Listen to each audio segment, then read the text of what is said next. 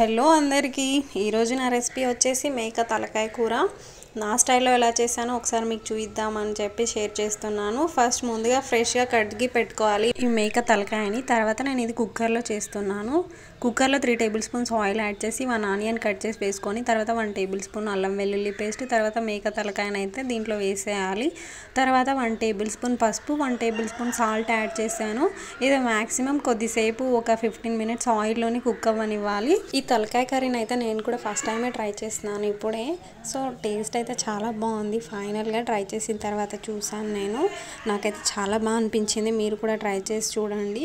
ఇంకా తర్వాత ఆయిల్లో ఇలా 15 మినిట్స్ తర్వాత కుక్ అయ్యాక ఒక 2 టేబుల్ స్పూన్స్ కారం యాడ్ చేసుకోవాలి. దీంట్లోనే ఆయిల్లో ఎంత కుక్ అయితే అంత టేస్ట్ వస్తుంది ఈ కర్రీ అయితే. ఇలా కారం వేసిన తర్వాత మళ్ళీ ఒక 10 మినిట్స్ మీడియం ఫ్లేమ్లో పెట్టుకోవాలి దాన్ని.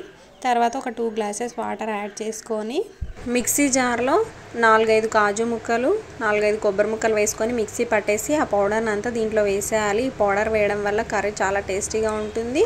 అండ్ ఇలా రసం కాకుండా కొంచెం థిక్నెస్ వస్తుంది గ్రేవీ అయితే. సో తర్వాత 10-15 మినిట్స్ తర్వాత కర్రీ కుక్ అయిపోతుంది. ఇంకా ఇలా ఉడికిందా లేదా అని ఒకసారి చూసుకొని స్టవ్ ఆఫ్ చేసుకోవాలి. ఈ తలకాయ కర్రీని రాగి సంకటి, జొన్న రొట్టె అండ్ చపాతీ, రైస్లోకి చాలా బాగుంటుంది. మీరు కూడా ట్రై చేయండి.